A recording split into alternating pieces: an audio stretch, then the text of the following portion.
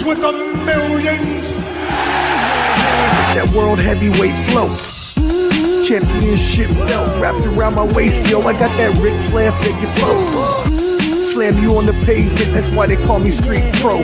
Create heat on beat flow. Like Jordan after the second time he three-peated, folks. Get ready, set, let's go. Fight toe to toe, release the flow created by this mic pro. Lights, camera, get low. Action packed, back to back. In fact, this monster will grow. Y'all better let him know. Man with the master plan, and you have no need to know. You came prepared, now get ready for the show. Sports Professor.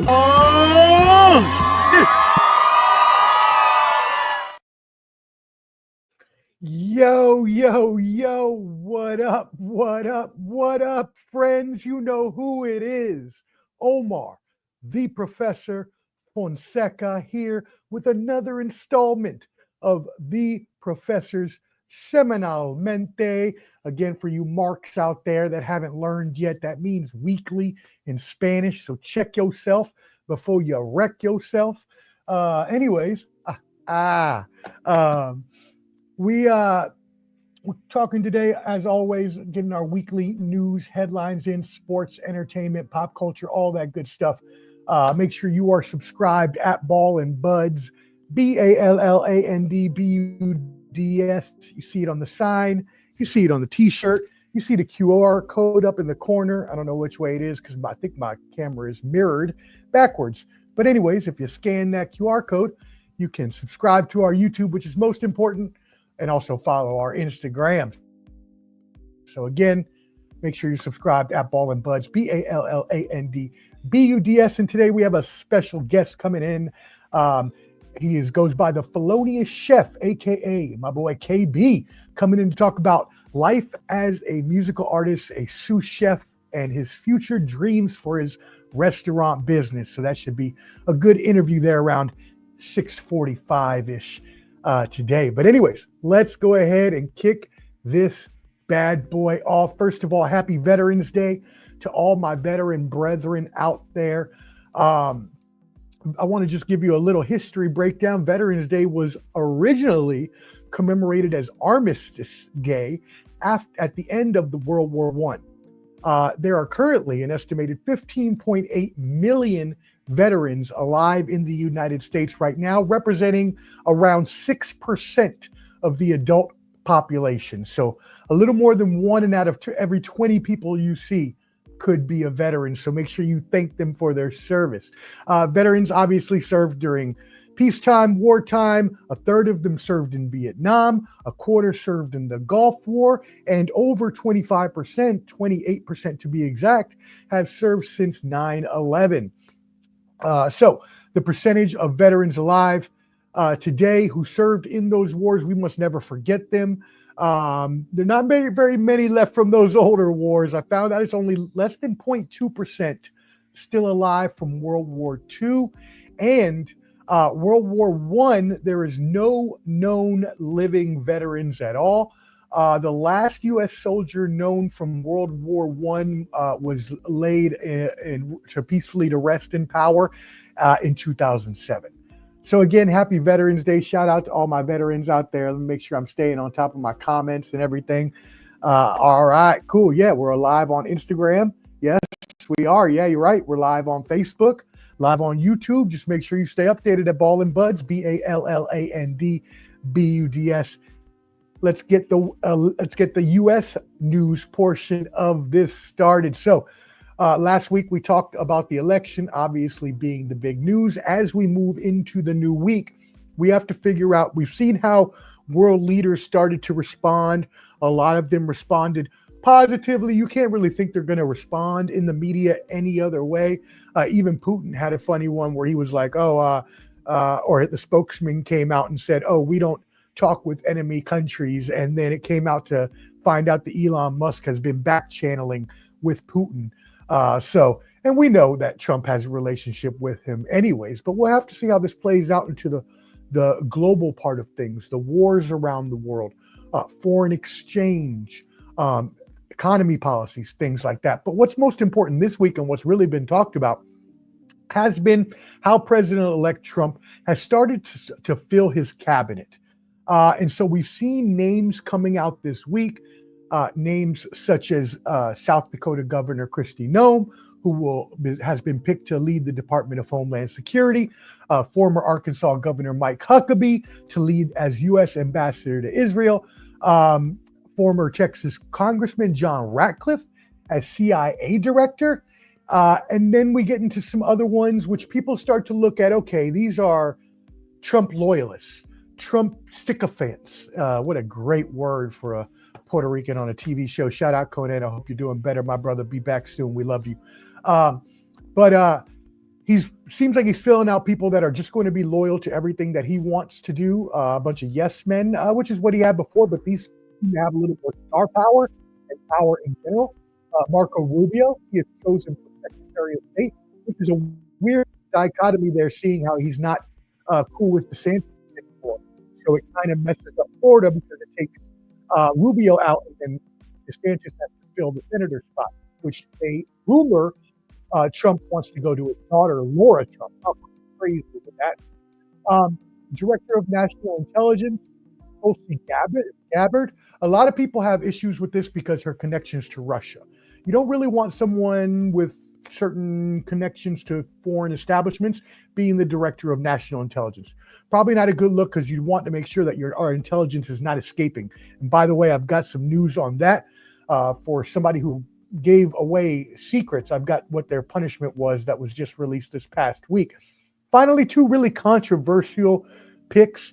The first one being Pete Hegseth, who is a veteran, and he should be honored for his service. He served admirably for 20 years, deploying twice, and has 2 Bronze Stars. And for that, we give him a salute here because we love all our veterans. But he has been headed to take over the Department of Defense. I used to work at the Department of Defense for a long, long time. The issue with this is not that he's a soldier. Soldiers, people that were on that front, deserve these chances. The problem is he has been a Fox News host and contributor since 2014. He's been running the Fox and Friends weekend show. He hasn't been on the front lines. He hasn't been working at the Pentagon on top of these intelligence reports. And when you have all these global conflicts and escalations, it makes it hard to trust that someone that hasn't had that experience in a long time may be able to even regain it. And even then, he had wartime experience, which is a lot different than running the whole Department of Defense. So I wish him the best of luck, because I obviously love our country, and I want nothing to happen to, especially the Department of Defense. I used to work at many agencies that are a part of that. I've met many friends there, many colleagues. So I just think that's a really weird choice. Most of his choices are just people with not a lot of experience in the field that they're trying to, or the position that they're trying to attain. Like, look at this. Another controversial choice. RFK Jr., Robert F. Kennedy Jr., chosen as the Health and Human Service Secretary. Guess normally it wouldn't be a controversial pick per se, but he does lean one certain way on vaccines. He's a well-known to be against vaccines, and other things like the fluoride that we talked about. And we don't necessarily know if those things are an issue, but we do need somebody neutral that would not necessarily decide one way or the other, that we would do more research and fact-finding before those decisions were made, instead of just jumping head in on things that you believe, but maybe half of the country, or maybe even more than half the country, doesn't believe, because a lot of the country does believe in science. And then finally, the most controversial of the picks, and again, these have to be vetted through the Senate. And what a weird part about this is, and we'll have our political strategist Amul Madan on either next week or the week after, but when we bring him back on, we'll ask him about Trump wanting to recess the Senate during the holidays so he could stay and push all his picks through, so they didn't have to get vetted by the Senate. I mean, I tell you, I don't know what we're doing here. I mean, the Republicans and GOP have fought the filibuster and so many other things that the Democrats had talked about. And then Trump just wants to unilaterally have this power. I mean, that's just, if you're going to have it one way, you can't have it the other way. We've got to have it stringent across the board for everyone. But Attorney General Matt Gaetz, yeah, he went to William and Mary Law School. Shout out William and Mary from the DMV. I love William and Mary. You got a lot of beautiful campus and other beautiful sites on campus, shall I say. I've been there plenty of times. So great school. He's a man that is currently being investigated. How can your attorney general currently be under investigation for alleged improper relationship with a minor? Can we get somebody with a clean record? Now, I am not one to throw stone in glass houses. I know I've made my fair share of mistakes. I've never been with any minors, but damn it, man, can we at least have somebody clean? That just doesn't make any sense. So again, a lot of these picks are going to be fought. We'll see what happens, but I'm excited to see what Omar has to say about that. Hey, Albert, thank you for tuning in. Y'all make sure you join at the Bottom Line Sports. No, and they haven't been. They haven't. I'm not saying that they have been. I wasn't arguing that. I was just arguing the fact that it should be.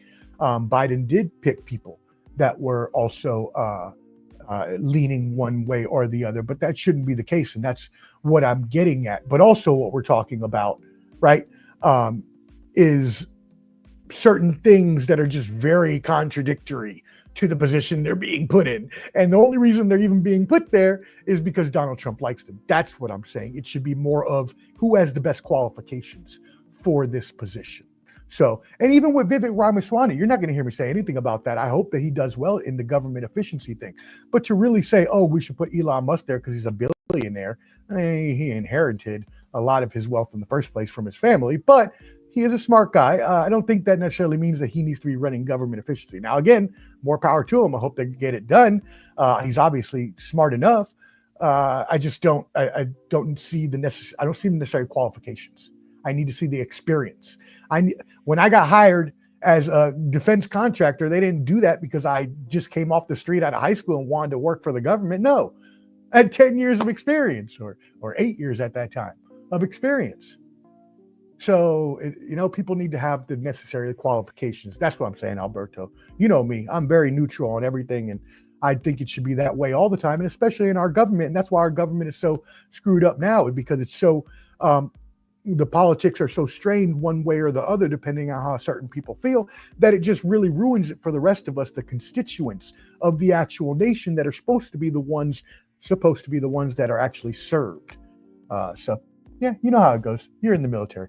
Anyway, so we'll see how all of that plays out here coming up. But one thing is I found this to be a cool survey done. It's by a marketing research firm called Grow Progress. And so they run marketing research tests. You know me, I'm a digital marketer, so I love this. They tested on October 30th, 4,023 adults nationwide. They tested on 9 real celebrity presidential endorsements. So, this year there were a lot of celebrity endorsements, right? So they tested to see how much of an effect celebrities actually have on endorsements. And they found, ta-da, you may have thought this, that it's not really a big effect. And a lot of times it has a backwards effect. It has a negative connotation to the actual politician running for office. So they examined on the Democrat side, they examined 5 of the endorsements for Harris, found that they had no measurable effect out of 6. So 5 people out of 6 had no effect, and they examined Beyonce, John Legend, Eminem, Bruce Springsteen, Maggie Rogers, and Leonardo DiCaprio. And then for Trump, they looked at Hulk Hogan, Jason Aldean, and Dr. Phil. And they found that for Donald Trump, at this point, even Jason Aldean and Dr. Phil actually moved respondents away from feeling good about Trump. It brought a negative connotation. So it looks like only 2, one on each side, out of these. Obviously, this is a subsect of people. You can extrapolate those numbers to the larger U.S. population, but I found it kind of interesting that one on each side, but only 2 celebrities out of 9 had an effect on how people actually voted this year. So, cool little professor's stat for you there. Now, I do want to talk about some serious information that we talked about earlier when we talked about the Department of Defense, when we talked about Tulsi Gabbard going up for the university, for the Director of National Intelligence. I worked in Intel for a long time, so I know this area quite well. And I like our information to be protected. And I think that our information should be protected at all costs so it doesn't get into the hands of the enemy. Well, Jack Teixeira, a former Massachusetts Air National Guard member who was arrested last year for leaking classified U.S. military documents, was sentenced yesterday to 15 years in prison. Get what you get, big dog. That's what they say on the streets. You get what you get, big dog. You know what I mean? If you decide that you're going to go and leak our classified military documents, and this was, the incident is considered the most extensive intelligence breach in at least a decade, probably from some former people we saw. Screw them too. They don't need publicity, so I'm not going to say their names right now, even though I have a close connection with one of them because I trained a pupil of mine and they were their future colleague. It's very weird, like 6 degrees of separation. I don't even want to talk about that though because I ain't involved with that. You know that. Omar be on top of his shit. The sentencing comes after Teixeira, who turns 23 next month, pleaded guilty in March to 6 federal counts of willfully retaining and transmitting national defense information. In exchange for his plea, they spared him from being charged with additional counts under the Espionage Act. Teixeira was then an informational technology specialist, IT specialist, who had a top secret clearance in 2021, 2 years after enlisting in the Air National Guard. But outside of work, he had a secret double life. He had been uploading this classified information, if you remember, to a Discord server where him and his gamer friends gathered every week. Defense for him. Come on, defense. I know you got to make a defense. I know as lawyers, that's what you're paid to do, come up with something to defend him. But there's got to be something other than he didn't mean harm. He wanted to keep his friends apprised of world events. I was born in the morning. I wasn't born this morning. And I'll tell you right now, the first rule that they tell you when you get a clearance and when you go into Intel is if you say anything you hear within these walls, you are subject to go to jail. He gone. Not going to feel bad for you. Learn your lesson and come back into society and be a productive citizen, Jack. That's all I can say. Hey, thank you again for always tuning in. Make sure you're subscribed at Ball and Buds, BALLANDBUDS. Make sure you hit that like button. No one's hit that like button. I see Alberto's over here complaining while I'm reading the article to make sure I got my facts right, but he ain't good enough to hit the like button for me. Okay. She overspent on her campaign by millions. I've never heard of such a thing. I don't know why you're so hung up on this. The election was a week ago. Your candidate won. I'm not even defending Kamala. I'm not a Democrat. I'm an independent. I don't care either way. I hate both parties. I think all politicians suck. As anyone who knows this program knows, they're all liars, cheats, and scums, just like your beloved Trump, who also spent lots of money, including Russian money and Chinese money, to fund his campaigns. So if you really want to go deep into it, I know all this shit, and you don't really want to get into that with me. But yeah, you want to know why she spent millions? Because she had the money. There were almost $1 billion donated to her campaign. Was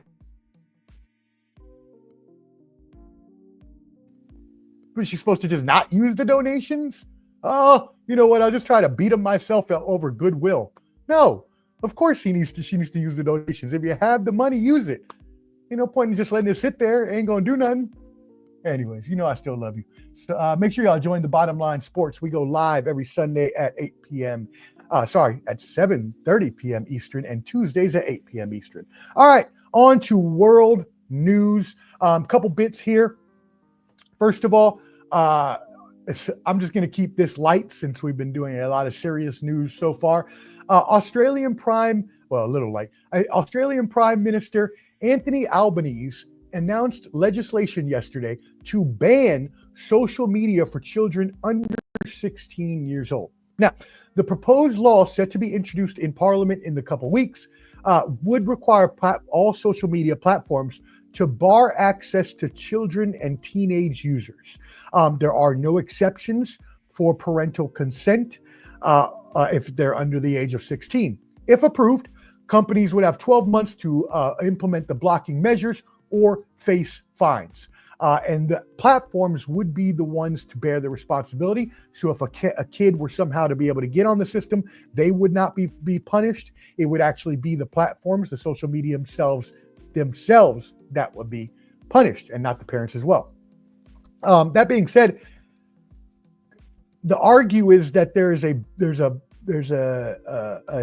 denigration of our children's mental health due to social media.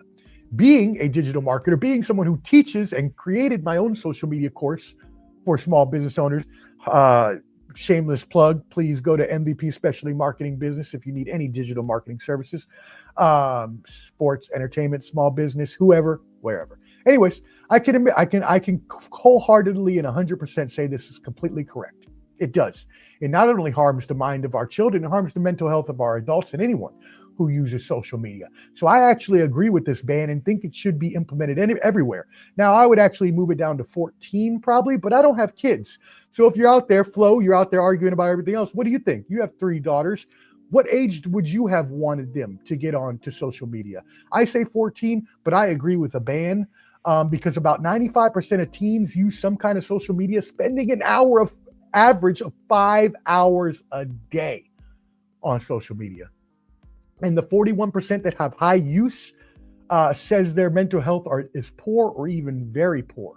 The U.S. Surgeon General has called for a tobacco-style warning label on social media platforms. I don't think that's going to work at all, but I agree with that as well. It'd kind of be just like a placebo, like when they used to put the explicit parental advisory stickers on the CDs. I mean, no one really paid attention to that except my mom. Real funny, quick story. One time, the first hip hop album I bought, I think I was like 12 years old, and I went to my mom took me to the PX, and they were kind of lax at the PX. So I went back and I bought the Above the Rim soundtrack, the movie that Tupac played in. Great soundtrack. What a great soundtrack. But when she saw it and she saw I had like the parental advice, I might have been like 10. I had to be like 10 when that movie came out. I think that movie came out in what, 88? No, 92? 93. That movie came out. So I was 10. Yeah. 10 or 11. Okay. Anyways. And she saw the parental advisory sticker and she took it and she threw it away. I was like, well, I mean, that sucks. I don't know why you just did that after you just paid for it. She was obviously the one to pay for it. I didn't pay for it. But that's just a hilarious little side note. I ended up getting the album later anyways. Great album again. Shout out. And great movie. Shout out. Shout out my brother Canteen, baby. Shout out my brother. Thank you for tuning in. Yes, again, the Bottom Line Sports. No, that's not true at all. Actually, I just told you she made almost $1 billion and she did not spend over that. She did not win. Your candidate won. I don't know why you keep going on over her. She's not even going to be in your mind anymore after January 20th. So I don't know why you keep harping on this. We've moved on and now I've moved on. Stop. All right. I love you. Canada has now, this is another thing. Canada has now ordered TikTok offices to shut down in the country over security risks. That ban does not affect the in-country access to the app though. So people will still be able to use the app, but the actual offices where they house workers and stuff cannot be in there. Now, in my opinion, back when Donald Trump first brought up that TikTok ban, I actually thought that was one of the smartest things he ever brought up. I personally, again, we've talked about my experience in the military and things like that. The Chinese own TikTok. So anybody who's on TikTok, your information is with the Chinese right now. So they have your stuff. You might as well stay on there at this point. But if you're not, I would advise you probably not to go on there because then they're going to have your information too. Now, if you don't care, that's fine. It's one thing for the United States to have your information. which they do, all of you. But it's another thing for a foreign country to do that. So again, I think that's good. I think they should also do that here. But then all the teenagers and little teen queens would come after me and be pissed because there's no more TikTok. So never mind. I take it back. Moving on to pop culture. Again, make sure you're subscribed at Ball and Buds, BALLANDBUDS. Hit that like button, that love button. Pop culture. So a couple of cool notes I found. The new Star Wars film trilogy is in the works from Lucasfilm and Disney. It will be live action, the trilogy, and will be written and produced by the X-Men writer and producer, Simon Kinberg. So we'll see if this is actually good. I'm not the biggest fan of live action movies, especially when their original form or their other forms have been very much enhanced by CGI. And I know they still use the CGI in live action. I just find it to be a little bit different, not as enjoyable. It's still enjoyable. So that's why I brought it up. I love Star Wars, so I brought that up. Now, Denzel Washington has been tapped for a role in the upcoming Black Panther 3 film. Now, if you know, he's in the new Gladiator film that just came out along with the Wicked film, which we'll talk about in a second. I got a fail for the Wicked crew, but he has a role in the upcoming Black Panther 3 film for those of you Black Panther fans. Cool. All right. Just a couple notes there. Let's move into our sports, and then we will be bringing our guest on. So first of all, a couple of news for the couple sports news items. Excuse me. So the ESPN has its new flagship streaming service coming out, targeted for a fall 2025 debut to coincide with next year's football seasons. They are going all in on this. It's going to use enhanced features like multi-screen, full integration with ESPN Bet, AI. Geez Louise, why am I blanking on that word? Personalization, AI personalization, to just enhance the subscriber's experience. If you know me, I am a mark for ESPN. I do love them. So I think that this should be good. Now, I am an ESPN Plus watcher. I've been doing that for a lot of time as well. So I still have ESPN Plus, but I am excited to see where they go with this. I'm kind of worried as well, though, too, because like what happens if, what happens if it's not as good as ESPN Plus, and they put all this work into it and then they don't want to change back. Like, I'm kind of worried about that because, again, I really enjoy that ESPN Plus platform. So also another note, the NFL has a little bit of a America's team issue on their hands, so to say. So what they found this year is that with Taylor Swift and Travis Kelce being together, that effect, plus the Dallas Cowboys regressing in how good they are, they have found that the 6 out of the 9 highest TV ratings this year have gone to the Chiefs, while only 3 have gone to the Cowboys, while last year the Cowboys had 6 and had the most. And so again, this can be attributed to that same exact effect, which is the Chiefs are getting the boost in the Travis Kelce and Taylor Swift relationship, and B, the Cowboys are having a bad season. So in retrospect, what we're seeing is a little bit of a switch in the TV ratings. But what I want to put y'all on to is a couple things. First of all, don't be confused, because even when the Patriots had their dynasty run of like 7 years, or 7 Super Bowls rather, over that period of whatever, 15 years, screw the cheaters, Tom Shady, Bill Belichick, excuse me, I had a little cough there. Even though they were really good all those years, they are still not considered America's team. And once they sucked, the Cowboys, who were still there all along, even though they had some down years, went right back to the top. So we may see the same thing happen here. We may see the same thing happen here when you're looking at that dichotomy of the heightened popularity of one team and success of one team versus the negative regression of another team. But they still haven't lost their popularity. And I can tell you that because I was at Cowboys Stadium this past weekend and it was completely full. So, all right, let's go into some wins and fails of the week. 2 wins of the week. Coco Gauff, the tennis star, she completed her season. It was a little up and down there, but she won the WTA finals in Saudi Arabia for a $4.8 million winner's check. It represented the biggest payout in women's history. Obviously, we're looking at Saudi Arabia, right? So of course, we're gonna see her winning a lot of money in those sports because the Saudi Arabians have the PIF fund, which they're now using to sports wash or bring a lot of their of sports teams and sports events to their country to solidify themselves as one of the places to be for sports.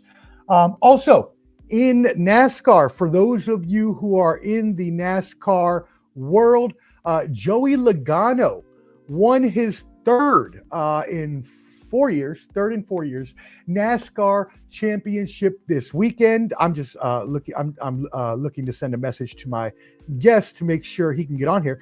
But he beat his Team Penske teammate, Ryan Blaney, in a tough, tense competition that came down to the final race. Ryan Blaney was last year's winner as well. So 2 of the best drivers down there went to the wire. Let me get this to him. So shout out to both of those people who won championships this weekend. All right, there we go. Sent that to him to make sure he's with us. Now a fails of the week. The Lakers, the Fakers, the Los Angeles Fakers. What are you doing? Canteen, if you're watching, you had it. They're sending Bronny to the G League. What does this mean? They say it was the plan all along. I don't believe that. I believe they saw that he needed more practice, more ways to get into the groove to be able to get better if he wants to stick in the NBA. But this is where it gets weird, and this is a part that's gonna go a little bit be a little contradictory against my argument, is that he's going to play for the South Bay G League, which is the team affiliate, but he is not expected to play any road games. So he's only going to be playing games at home. That really makes no sense to me then. Why not just keep him on the team and let him go on the road with his dad and learn from a bunch of professionals instead of when he's home, or even better, let him go on the road with those kids, learn the road life of the NBA, and then learn at home from his dad. So a little bit of a weird thing. I'm calling that a failed experiment already, and I have for a long time, but this is just not going to work out. Once LeBron retires, Bronny is going to be retiring with him. I'm sorry to say that. I'm not trying to bring any hate upon the kid. I wish him nothing but the best. I actually hope he proves me wrong, but it's not looking good already. More fails. And y'all are wrong for this. Y'all are really, really wrong for this. This is your fault, world. This is all of y'all who've been watching my program right now. This is your fault. Olympic sensation and Australian breakdancer Reagan is going to retire. No, all the love and joy she brought us with her T-Rex dance and her flailing on the floor like she was a water spout out of control or a loose hose. Man, come on. Why y'all do that to that girl? Why y'all do that to that poor lady? I mean, she ain't a girl. She's a 30-something-year-old woman. Ain't nobody else want to do it. She obviously was picked for her country. Ain't nobody else want to go do it. At least she had the gumption, the personality, the charisma, the riz, as the kids call it these days, to be able to go out there on the world stage in front of millions of people and have fun. And if more people in the world would have fun, like her and not be so serious and be a little loose, we wouldn't have so many damn problems in this world. So shout out to you, Ray Gun. I appreciate you. Obviously, no one else does, but don't worry about it. I know you're also a teacher, so I know you have your side job. Don't let them upset you again. I know that it was the world at large that upset you that did this. We need to stop. We need to be better. All right, y'all need to be better. Don't mess. Why y'all messing with Ray Gun? I'm sorry, Ray Gun. Shout out to you, girl. Next one. Look, golf ain't for everybody, and it will prove the most high accomplished athletes. It will prove them to be humble, to be mere mortals. Caitlin Clark was at a Pro-Am this weekend, and she showed that she's just like us. I mean, she may be a little better than me. I'm not very good, but she showed she's a little just like us when she hit the ball. Excuse my, this is going to be a hook, I believe, because it went left. I think the shank is to the right, if I remember my golf terms correctly. It's been a while since I've been on the course. I need to get back out there. But she ended up going right into the crowd and almost hitting some people. So, which reminds me of the Pete Hegseth, going back to that Donald Trump cabinet selection that I was talking about earlier. You got to go see the video where he was downtown New York doing axe throwing, and he hits a West Point band member in the arm with the axe. You got to see it. It's horrible and crazy and kind of funny at the same time, but I feel bad for the guy. I hope he's okay. Last but not least, before we bring our guest in, who is here waiting backstage, Mattel, one of the biggest fails we've ever seen. Mattel came out with their new movie Wicked. The movie is apparently doing tremendous, but the dolls not so much so. The marketing not so much so. And you know me as a marketing guy, I'm gonna harp on this. I'm going to say something about this. First of all, they, since it was the Wicked Witch of the West, they used WWOW. Now, I'm not going to go tell you to search that out. Actually, I'm going to probably tell you to not search that out because it's not appropriate for home or work life, let's just say. And then on top of that, the makers of the doll did not put the right website, and instead of putting wickedmovie.com, they put wicked.com. Again, I would ask you probably if you're at work, home, somewhere not suitable for work, probably don't want to go ahead and navigate to that website. Can tell you right now, it's a little X-rated. I did not search it. I could just tell you from obviously the news story. You know what? Let me just stop before I dig myself a hole. Anyways, they really dug themselves a hole with this one and screwed the marketing on this, screwed the pooch. I can't believe they did this. Such a big company would not Google these things first. Someone wouldn't be like, yeah, maybe we should look at that acronym. Maybe we should check to make sure that website is right. Huge, huge marketing fail. That being said, all right, we are going to bring in our guest. Again, he goes by the Felonious Chef, a.k.a. My boy KB, and he is a musical artist, a sous chef, and he has a dream to build his own restaurant. We will talk about all that today in this exclusive interview. So let's welcome him in, the Felonious Chef. What up? What up? What up? What's good? What's good, my man? What's good? Hey. What's good? I like the fit. You don't gotta be looking like you hiding out from the cops, but I like the fit. It's okay. Nah, man. Look, man. It's Okay. about the food, man. It's just, if you know the name and the face behind this thing, man. It's food first right now. You've seen enough of my Yeah. face now. Now come get a taste, yeah? Yeah. So let's get into that then. man. First of all, right? You obviously Yes, sir. the Felonious Chef. You've been a sous chef for a long time. First of all, I want you to go ahead and give out your sous chef executive chefs, man. We've been to the top of those kind of things too. Listen, we got to make a few corrections. Hey, But- thank you for correcting me. all- I but- thought that was the top of the but- top. Hey, there's different levels because it's a brigade type of system, but all in all, it has really nothing to do about a title or any of that. It's about what you put out on those plates, first and foremost. you know, and that's the last thing, because the people is gonna have to say. The people has to say about the food. Feel me? Yeah. Yeah, no, I So definitely feel that. So before no, we move on, though, I absolutely. do want you to give out your Instagram handle because I know that's where you do your food stuff, and I know you haven't been on there for a while, but now I'm forcing you to. Yeah. So go ahead and give that out so people can Yeah. start following you and see Um, the all the cool videos and pics. you know, as the name says, man, you know, at Felonious Chef, that's the Instagram handle, and then you have at Grits and Glamour, that's the other handle as well. You know, so yeah, go check those out. As the professor said, I haven't been on in a minute, but you know, we're doing some revamping and you know, and bringing uh the art back to this culinary culture, you know. And this is one of those things that's a part of that. Um and you know, this is we're about to bear witness, right? This is a grand appearance. Nobody's seen this yet. Nobody's seen this. It's the first time, first run. So it's a pleasure to be on, you know, my guy's platform right now, and you know, and we're about to introduce this to the world, you know. Yeah, no, I And love it. yeah, yeah, The yeah, reinvention of the persona is yeah, beautiful.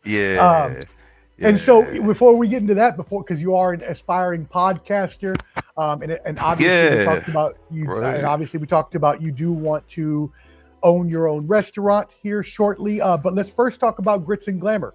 Tell everybody what Yeah. that is and kind of what was behind the Okay, idea man. Yeah, behind that. yeah. You know, you've seen it back here. You know, in the back. You know, on the yeah, it's here. Right, The right, right. We put it in your logos, face a yeah. little bit. Right. Yeah. Right. But first and foremost, grits and glamour.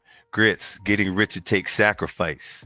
So you know, and then you know, you get Acronym to on that point. level. Yeah, man. You get to that level, man. You know, it's all glamorous. You know what I mean? So you know, it's gritty and glamorous.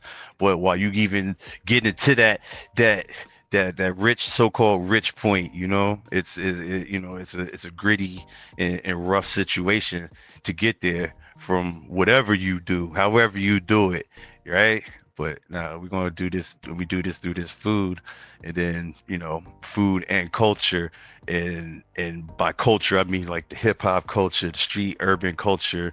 That's you know, what's running through the veins, as you heard before, right? You know, we've been artists. We are artists on many other platforms as well. When it comes to lyrical or art or graffiti or DJs doing beats and all of those type of things, you know, we also have to understand too that many of us have so-called day jobs, right? But this ain't my job. This is my life. This is again what's in my blood.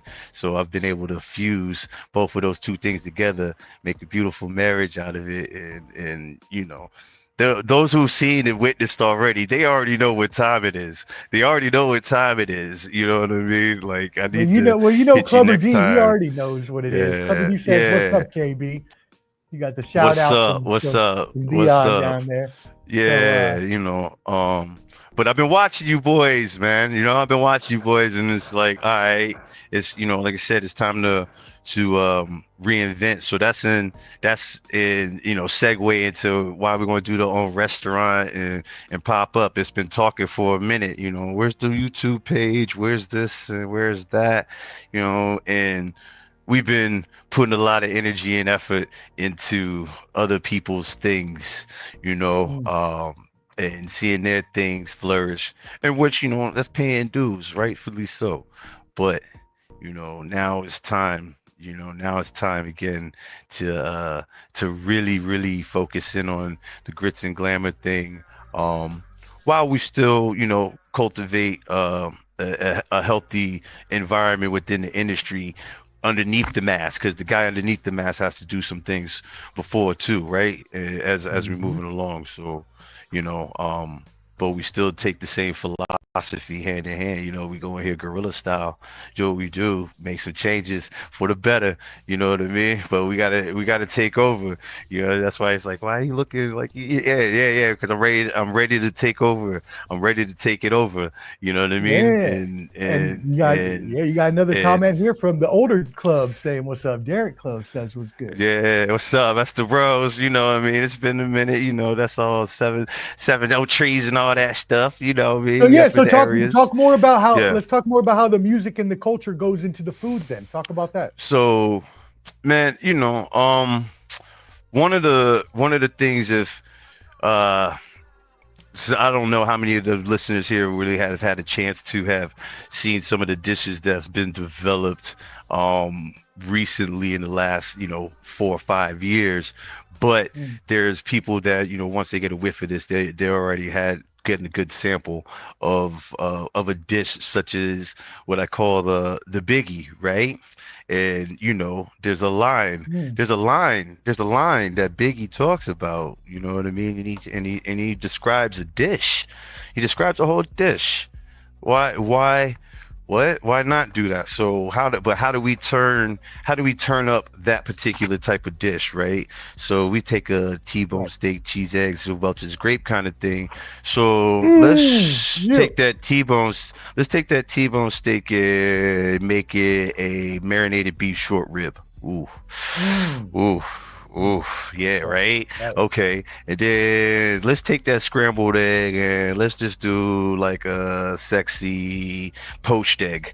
Hmm? Like on a good eggs Benny where you Mm-hmm. get that nice little run on there, right? Uh-huh. Oh, okay. Uh-huh. So now we take that jelly, right? That Welch's grape. I mean, we could just, use straight Welch's grape, which would be dope. But how about we brulee that a little bit? Brulee ain't nothing but a Mm. technique. I mean, they ain't French but burn. They ain't French but burn. See, Ah, but right. this is Right. also why you get a chance to learn, though, right? Because now, culturally wise, hold on, we're not even thinking about, and then like you got the cheese eggs, so you put a little cheese on top of that. You could put like some Fontina, right? That's some nice little light white cheese on there. It melts real nice. Or you could put some like some Osaka type cheese. That's a good little crumbly white, like a Spanish type of style of cheese. You know what I mean? So, Yeah. but now, how does some people will relate and understand those terms on a dish when they read it, but they won't understand Big Papa. But then some people understand Big Papa, you know what I mean, and not understand the terms on the dish. So now we're melding two cultures again through two different mediums and two different art forms, and then these two different art forms come together, as one beautiful thing. And now we have a conversation where most conversations and most parties really happen anyways in the kitchen. That's where it And really so goes yeah, down. and so let me stop you on that though So before you get there, because I want to yeah, ask you yes about sir. the kind of clientele that this brings them, because obviously I've been talking a lot about the politics today and how it's split a lot by race these days. So with that sort of restaurant though, I would expect you would get a lot of both Ooh. sides. How does that tie in? Do you see a lot of everyone, and then do those people get along, or So do like how does that So, work? so the, that's so see that's the beauty part about this, right? So I'm gonna let you like. Here's one of the things. The first time I pulled this concept together would have been honestly 2020, which would have, Mm. you know what I mean? Like maybe June, July. No, actually it's September something. I got video footage of all, right? And all of it from the very first one. You know what I mean? You gotta kind of have those things. You know what I'm Mhm. saying? But um we what was interesting was because everybody was just open, the world was kind of just opening back up, and what you had was, you had, your punk hipsters over here who had the art space because it was a cool little art lofty space. It was private, and they were revamping some things, you know what I mean? And then, actually had like my upstairs neighbors because I lived in a condo at the time. This is Norfolk, Virginia, right? And I'm living in Park Shout Place, out, kind of like the hood. Shout out Park Place all day, Norfolk. right? Kind of thing. And long story short, it brought together people that not just because they've been locked up and cooped up, but people that necessarily wouldn't have come together, but they came together because, for one, they knew the man behind the mask, but they also knew the food as well, and they knew what was coming about, and it brought the smokers, it brought the even the some of the family people, you know what I mean, like, because it was an event that was different, but had many different facets to it, because it was it's a performance piece, man. Next time we set up something like this, man, I have to shoot you some video stuff so you can slide some clips in there or something like that, because the footage is there, right? So the proof has been there. Yeah. So to see what it can be and what it has been, is that thing of a gathering, and it's not about the color, you know what I mean? It's about, for one, the food, and then the performance around it, because it's an open kitchen, right? And the conversation and the conversation behind all of that at the same time. So again, it's a melting pot. So yeah, and so that's beautiful, right? You have this, and that's what I expected you to say, because I figure when I'm thinking about this concept, I'm thinking about every kind of race, color, creed, everybody just together, enjoying themselves, listening to the music, having good food, trying new concepts. But not, that is still in your present. But now you're evolving and you're moving on to a bigger and better venue that still combines all of these things, but obviously you want to bring your dream forward a little bit. So put your dream out into the world, manifest it into existence, tell the people what you're thinking about doing. So both podcast and restaurant wise, it don't matter, whatever you want. Okay, so this is what we got cooking on the. We'll put it like everybody should know, right? It's on the fast burner. We got the podcast jumping off. Food for thoughts. It's a conversation about culinary and culture and how all of those things meld together, right? Just another facet of getting deeper into what you've heard about what grits and glamour is, and then we'll meld into some history and why, even why certain things are with certain terminologies. We want to educate at the same time, but still have a good time, because again, it's a conversation, and every conversation around the table is not centered around food, but it's centered around food, I should say. It's centered around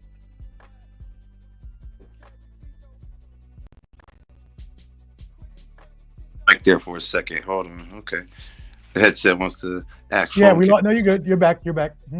All right. Where headset wants to go up. That's all right though. Little technical difficulties. Not many. Always. But good. Yeah. So, we got that on the back. We got that on the front end. Front end is that. What's always been there. But now we're gonna bring this back to life is the private.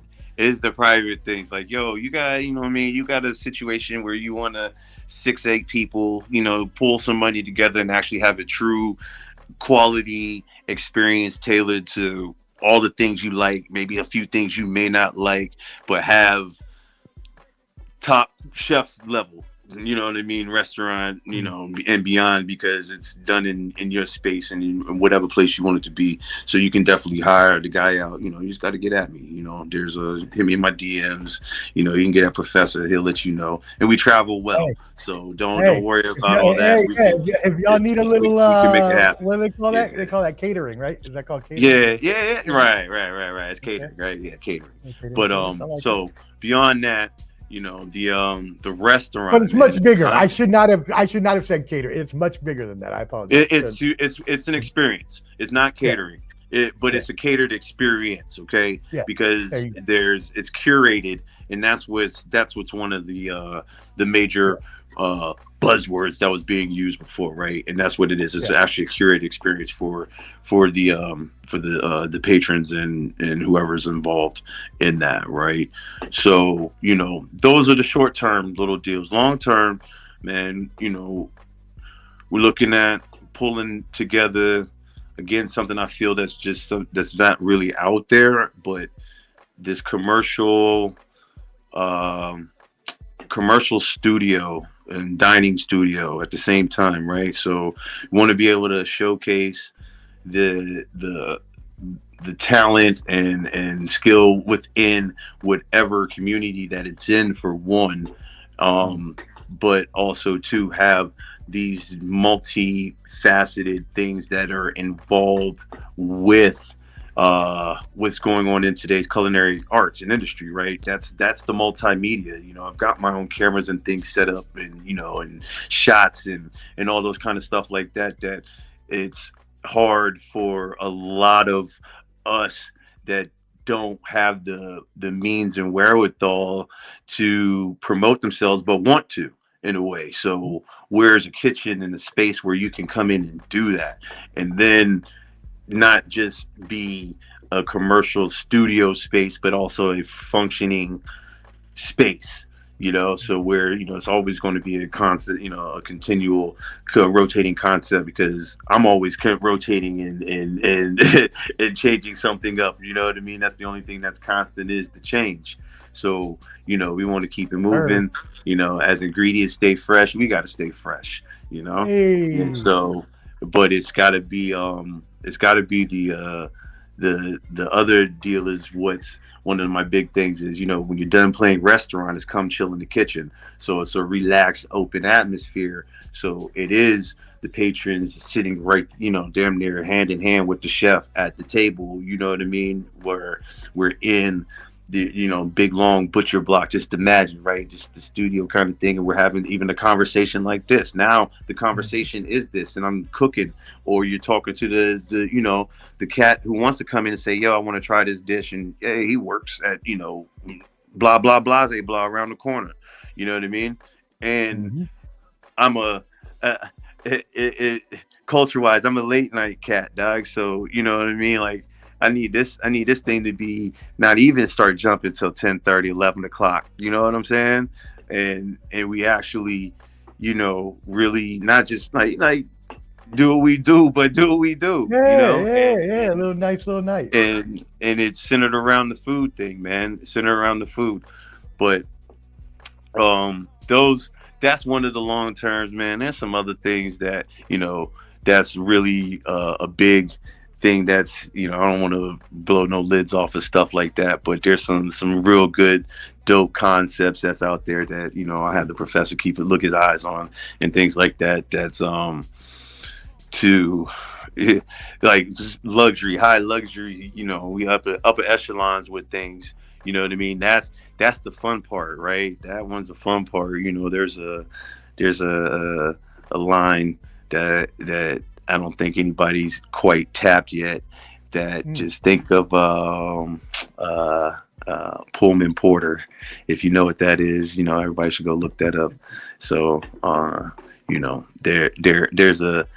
that's missing.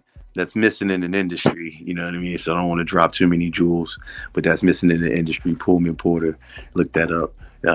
That's the homework, right? Yeah, that's the homework. Look up Pullman Porter. But we do have a fan question from Dion himself. Who are some of the chefs that inspired you the most? Man, chefs. I mean, that is there anyone that inspired you the most? Did you have a mentor?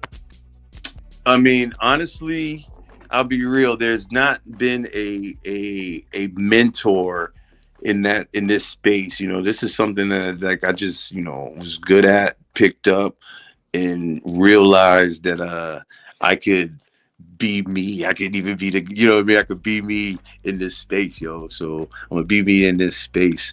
And once I really dove into it, I just soaked up it all, right? So I did a Bizarre Foods dinner, inspired behind, Andrew Zimmerman and that show, right? And, there was a thing, you should go on Chopped. And it's like, I play Chopped every day. So I pulled that mentality out of the hat, out of the ether, right? And just like, yo, I'm playing Chopped every day. So when you do see me on Chopped as a Chopped champion, well, it's all good. You already heard me say it, right? Type of thing. Although I still got to, do all the things for that. But long story short, there's a lot of what's inspired me is the creativity. You know what I mean? I wouldn't say it's necessarily a chef that's inspired me. You know, it's the creativity of it. It's the ability to have expression and freedom of expression, and the biggest portion that really is that comes back from that expression is a clear plate. Right, that's the biggest compliment that could That's be. exactly right. You know, there could be the compliments to the chef, and you know, it's a thankless job. You know, it's a lot of it's behind closed doors, and a lot of people don't get a chance to see what's going on and feel that. And so what they have to feel is on the plate. And unfortunately, man, a lot of people have been going away disappointed in the last few years, man, about what's been coming out behind some closed doors. You know what I mean? But there's also been some fantastic things that you see, you know, that people are doing, you know what I mean, in bigger spaces. But that's where the change has to come, you know.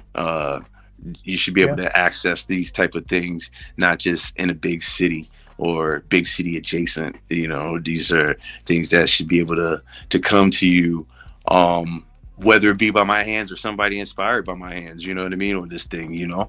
That's the other portion of that. That's where they said the education portion comes into this, where you learn more than just the food, but why it comes and where it comes from, you know. Because I've got some dishes behind my guy that hip hop cat I listen to, man, underground. Shout out to Crime Apple. But this dude, you know, he's got I mean, you know, there's a lot of references to food that just is like, okay, where as a chef and then somebody who's always thinking on their toes, I'm like, how many dishes can I pull out of these things, you know? And so we pull off one of these dishes, hasn't yet been done, so let's do this one, but it's called tiburones. And if you know what tiburones are, you know, so, and you know, he's got a few little things where he talks about tiburones, he talks about, you know, popping up in panko and all these different little things, and I'm like, panko encrusted shark, ooh, right, with you know what I mean, with some like crumbled like feta type of cheese on there, because you know he's always talking some cheese shit or whatever, you know. Excuse my language for people. No, you good. You good. You know, but you know, it's those type of things, right? And so now you think about some kid who sees that, or some, not even just kid, some other chef who hears that, it's like, oh shit, I listen to that shit, and now they might be listening different, even just to the music, you know what I mean, and now inspired to even dig into who that dude is. Like, okay, now you know what I mean? And here we go back down, you know, we can go down a whole another rabbit hole, you know, and then you take in just simple words and feeding people, right, and then having them actually eat some words, you know. But the other thing too is the factor of what it brings is you have to bring technique to this as well, right? So that's where again conversation comes in. Conversation comes deep into play, because now this technique that's being brought to something that's just as simple as some so-called as simple as hip hop music, right? That's got very, you know, sometimes simplistic undertones with the way. But it's not simplistic at all. No, I'm not saying like. No, I know that. I know you're not saying it. I'm clarifying for the fans. Well, I'm saying more like.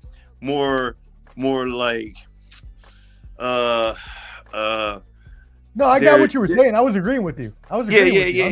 You know, okay. Like a lot of people think it's simple, but the amount of brain power it takes and creativity that it takes. Right. Like and then, but there's also as a chef's mind, right? And the chef's mind, and other chefs will understand this, you know, and other people cooking, when you really listen to it, there's also a lot of simplicity in the ingredients of the food. Like salmon's a very common fish, but it's put on in the hip hop world, is put on a higher pedestal as something that's luxurious, like shrimp and lobster. Like those are very, very common ingredients and just common things that aren't really, there's a whole lot of other things that are way more luxurious than those and way more tasty.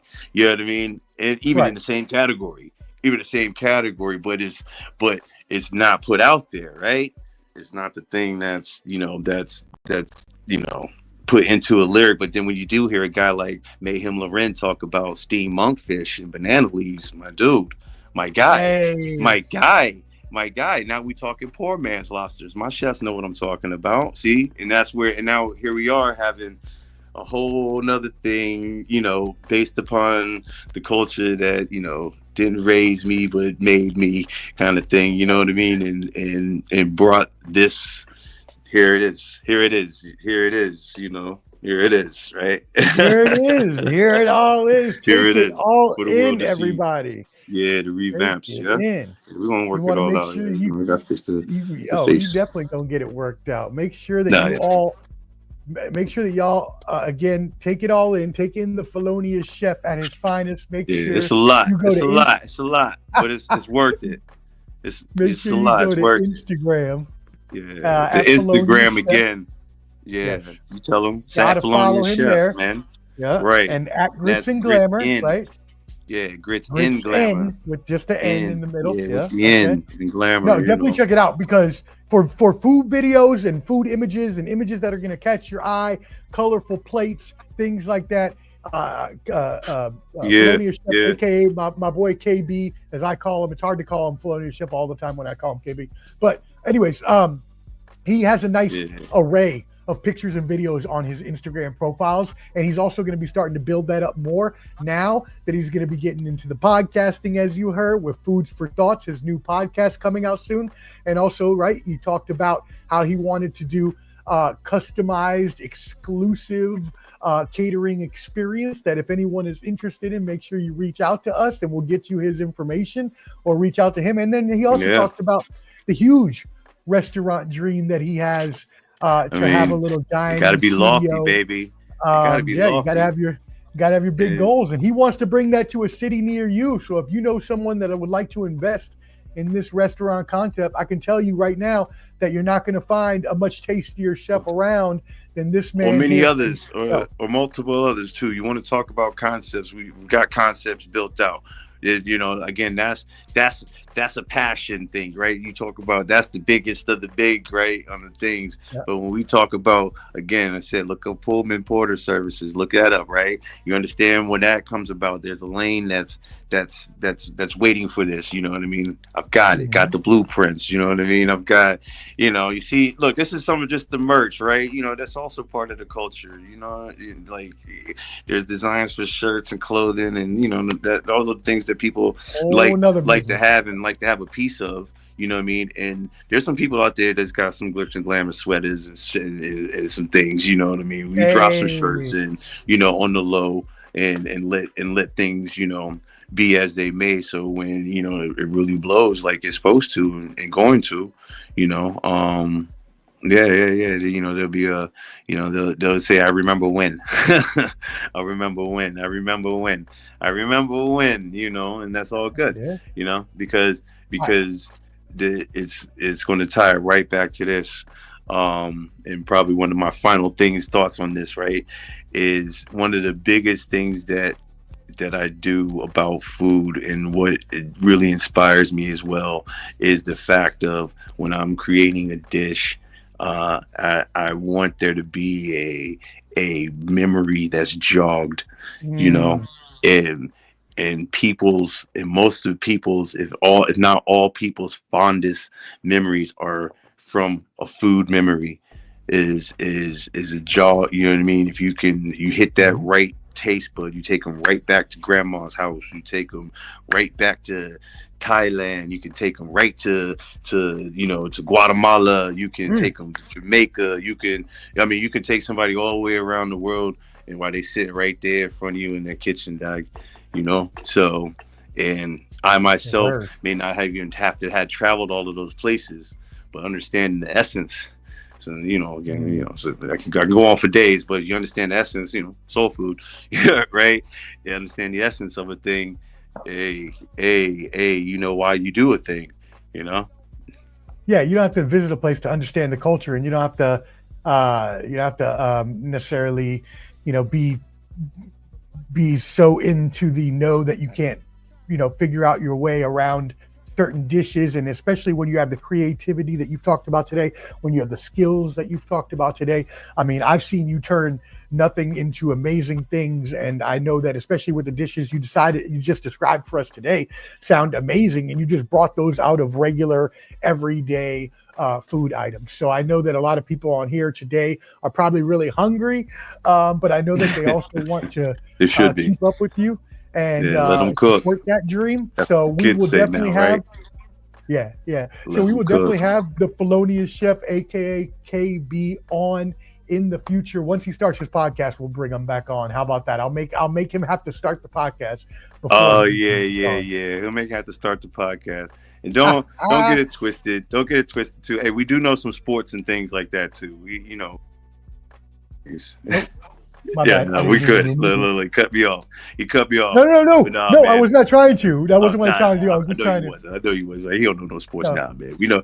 You know sports. If you want to come on, you want to talk with sports. Yeah, sometimes we can do that too. I'm just, I know this is my guy, so I appreciate this. This is fam from way back when, and we back doing it again. Yeah. Yes, sir. Yeah. We got projects in the works for show. Hey, so again, man, make sure y'all tap in with him. That's it. Yo, Dion and you boys, and Derek, man, I'm telling you, been watching y'all boys. You know what I mean? The rest of the crew, some inspiration on some things, man. Hey, we here now, so let's go. I ain't got no excuse now, huh? We're here now, and honestly, I believe that you have found a good niches. The ones that you were asking about, you found really good niches. You already got a nice, flow to this. You've already got it worked out where you're feeling good on camera and within the first episode. A couple things that I will text you off air, just to fix the audio and stuff like that. But other than that, it was a great appearance, and I think that you should use this momentum to start that. Fantastic. That's all the type of feedback we like to hear.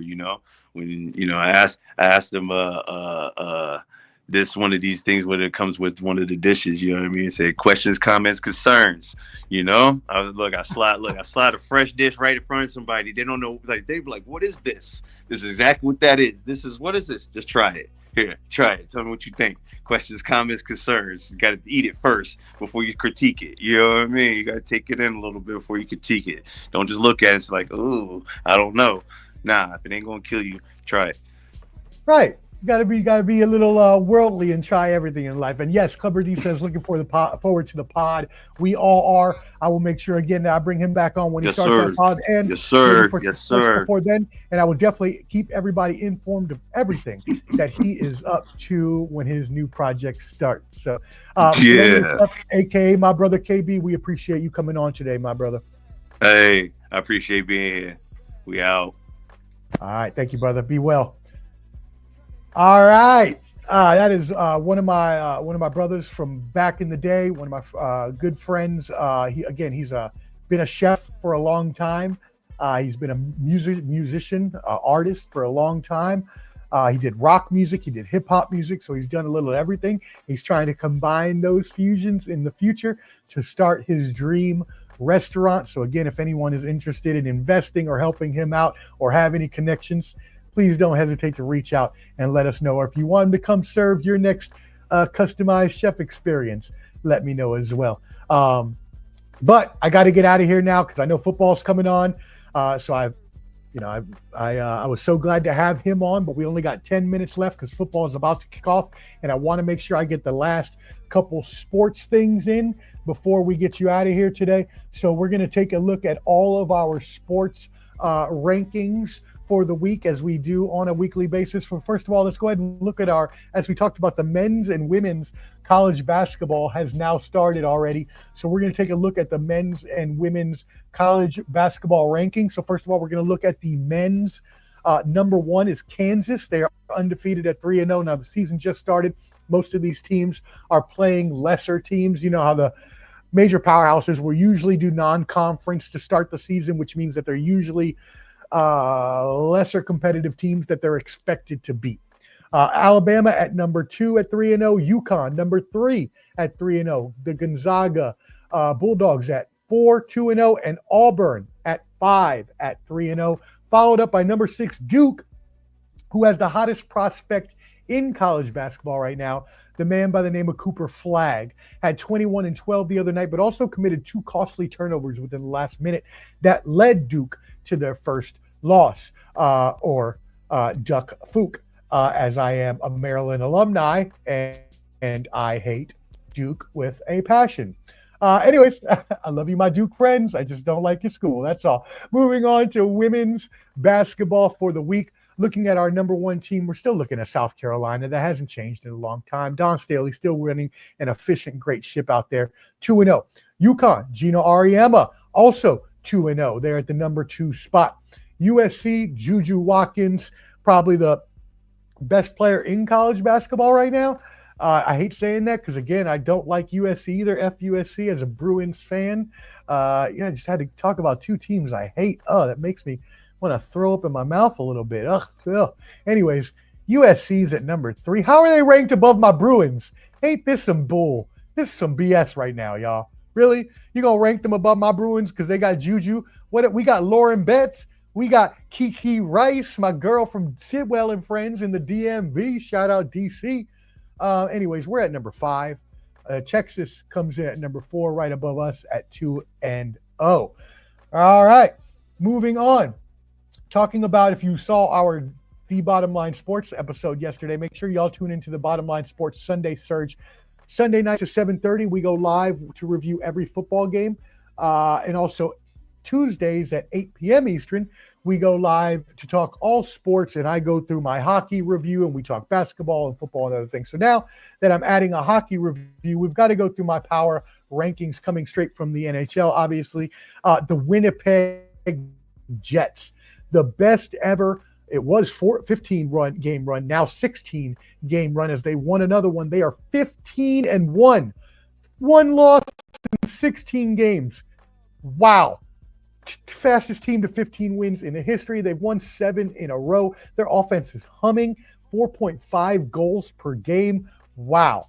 This is obviously not sustainable, especially in the sport of hockey, but we'll see if they can at least make it to the finals this year. At number 2, Carolina Hurricanes at 11-4. Shout out my boy Chris Haynes if he's watching. My bad, I missed your call. I'll call you back, but he's out in that area. Number 3, the Florida Panthers went to the Stanley Cup won the Stanley Cup, last year. They're at number 3, 11-4-1. At number 4, the Minnesota Wild with a record of 10, 2 losses and 3 draws. Yes, there are draws in hockey. If you did not know, they will play to a regular game draw, which is after the regular period of play, the 60 minutes. Then both teams will go to a shootout. And from there, it is decided whether one team will get 2 points or 1 point or how have you. That's how they do the scoring in hockey. And then the New York Rangers at number 5 with a 9-4-1 record. So that's your hockey power rankings. Let's look at your NBA power rankings for the week. Again, straight from NBA.com. I'm a Celtics fan, and I can't even disagree with this, y'all. The Cleveland Cavaliers are 13-0.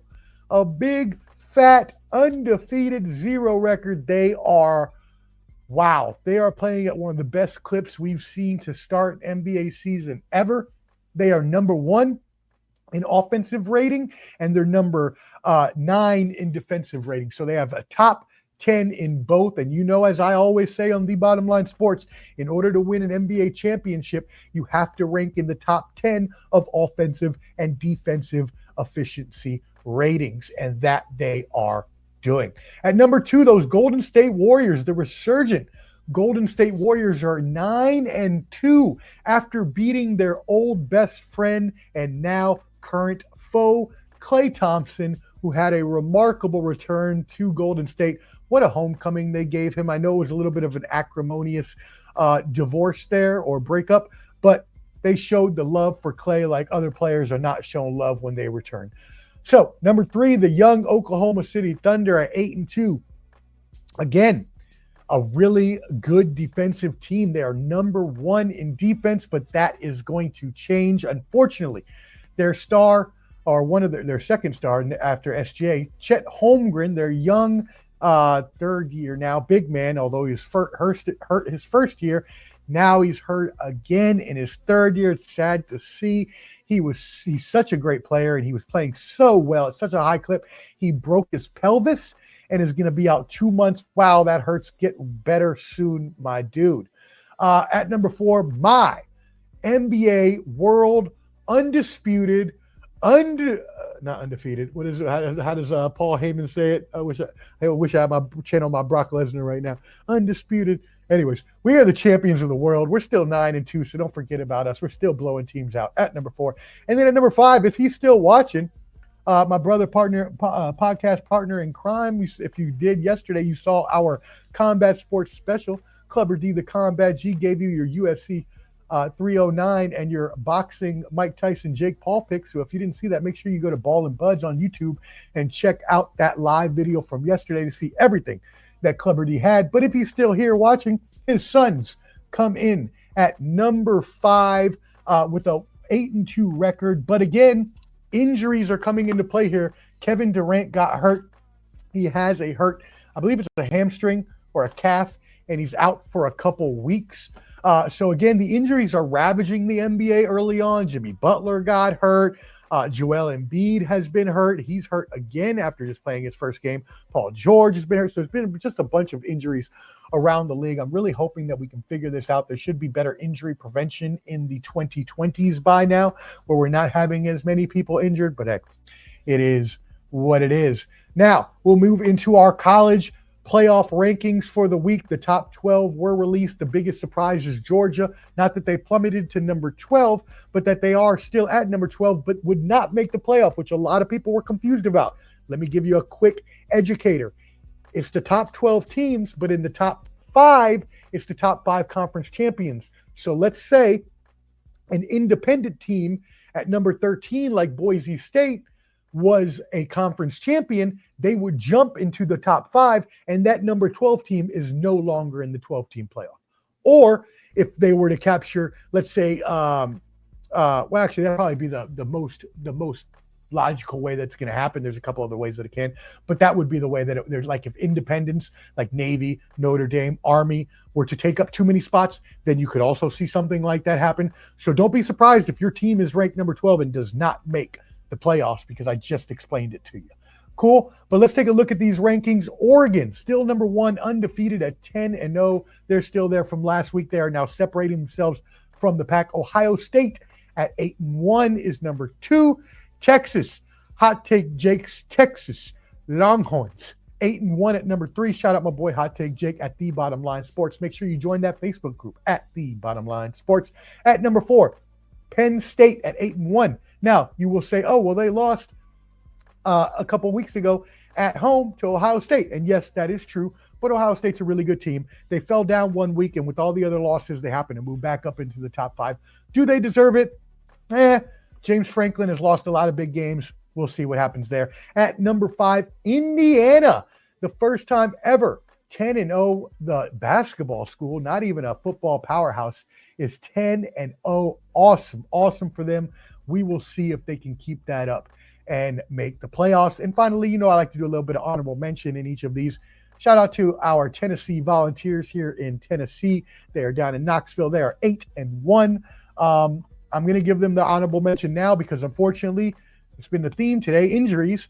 Their quarterback, Nico Iamaleava, was hurt last game. So we're hoping he's able to play in the huge game against Georgia this weekend, which they're calling an elimination game because they're saying if you have 3 losses, you may not make the playoffs at all. If you heard my argument on the Bottom Line Sports the other day, I think it's quite possible, maybe not this year, but quite possible we see a 3-loss team in the playoff next year, the year after, because as Heather Dinich stated on the Pat McAfee show, shout out Heather Dinich and shout out my boy Pat McAfee, let's chill soon, my dude. As started on that show, she said that there have been multiple times 3-loss teams ranked in the top 10 in the past 10 years. So definitely be on the lookout for that. And finally, with football tonight, we'll move into our top 5 football teams. Obviously, your Kansas City Chiefs are first. They are still undefeated at 9-0. Although, if you heard me the other day, again, you should be watching the Bottom Line Sports to find out all the great information from the professor. I've got all the knowledge and my boys. I'm not going to count out Hot Take Jake, Canteen, and Flo. They got their knowledge too. But if you really want some good knowledge, come check out the professor. You would have found out that I would have told you the Kansas City Chiefs have played too many tight games, and they are very lucky to be undisputed. I'm sure my boy Wildcard Mar would agree, but they're 9-0. They're undefeated. The Detroit Lions look like the best team right now, the most complete team. They're 8-1, but I think they're just more complete than Kansas City at this point of the season. They rank at number 2. Number 3, the Baltimore Ravens at 7-3. Big game this weekend against the 7-2 Pittsburgh Steelers. Shout out my boy Clutch Cleveland. Buffalo Bills at number 4 with an 8-2 record. They were my Super Bowl team last year. They screwed me. I didn't pick them this year, but now they're looking like a damn Super Bowl team. Ain't that the odds? Although my other Super Bowl team last year, we don't talk about the bull ass cowgirls. Excuse me. I know all you Eagles and Commanders and Giants fans will like that. And speaking of the Eagles, they come in at number 5 at 7-2 with the aforementioned Clutch Cleveland's Pittsburgh Steelers at number 6, and our NFL insider and DC Commanders insider Shane Peacher, his Commanders coming in at number 7. And what a segue that is, because those two teams play tonight. Don't you like how good I am at this? Damn, I'm good at this. I just segued all the way through that, and I didn't plan any of that. But I ended on the power rankings with the 5 and 7 teams that are playing tonight. Just started. We're 8:51 into the first quarter, 0-0. The Commanders have the ball. I think the Commanders are a good young team. They're on the come up. My boy Shane Peacher, our NFL DC Commanders insider, he knows that I think they're good, but I also don't. I've said this before. I don't think rookie quarterbacks can keep that sustained pace of play the whole season. So I predicted that this would probably happen to Jalen Daniels, and it has. He's slowed down. Now, mainly that was because he got injured and he wasn't able, they wanted to protect his ribs, so they haven't been rushing him as much, but it still doesn't matter. It's still taking away from his production. With the Eagles rolling, though, right now, that Jalen Hurts has now started to have more ball control and not been throwing so many interceptions, although I do want you to check out Ball and Buds on YouTube because I got a short coming up about Jalen being very reckless with his balls. Pause. I'm going to take the Eagles in a close division game tonight. Let's go 21-17. Eagles. Eagles fly. Eagles fly. Shout out my boy. Well, I guess I can't shout out Chris Brown if I don't shout out Rob Brown because he's a Commanders fan. Y'all have too many damn fans in the DMV and y'all all NFC East. I don't understand and I don't like it, but I love you all and I love everybody back. And he said KD will be back. I'm sure he meant KB. We'll be back, the Felonious Chef. If you missed that great interview on culinary and the musical business mixed together into a culinary musical chef experience, you're not going to want to miss that interview. One of the best chefs and most talented, skilled, intelligent chefs in the world. Make sure you contact us if you need him or want any of his services. That being said, thank you all for tuning in. I got to go watch football. I don't want to miss this good game. Obviously, shout out my podcast partner in crime, my brother from another, been together a long time, Dion Clubs, a.k.a. Clubba D, the Combat G. Thank him and his bigger brother, my other brother, the original D Clubs, D Clue, for tuning in, as well as my Bottom Line Sports fam, Alberto, Canteen, Hot Take Jake. Make sure you tune into the Bottom Line Sports Sunday again, 7:30 p.m. Eastern, Tuesday, 8 p.m. Eastern. You can join at the Bottom Line Sports on Facebook. And if not, you can always join or subscribe at Ball and Buds, BALLANDBUDS at YouTube, and follow on Instagram, or just add me on Facebook and you'll be able to see all of our content. So again, go check out that Combat Sports special from Clubber D yesterday. It was awesome. Check out the interview earlier from KB. I'll be putting out some videos throughout the weekend. Be safe. Be kind to each other. We love you, and we want to see you next week. We will see you next week for another installment of the Professor's Semanalmente. We love you, and we'll see you. Holla! He's with the millions. It's that world heavyweight flow. Championship belt wrapped around my waist. Yo, I got that Ric Flair figure flow. Slam you on the pavement, that's why they call me Street Pro. Create heat on beat close. Like Jordan after the second time he three-peated, folks. Get ready, set, let's go. Fight toe to toe, release the flow created by this mic pro. Lights, camera, get low.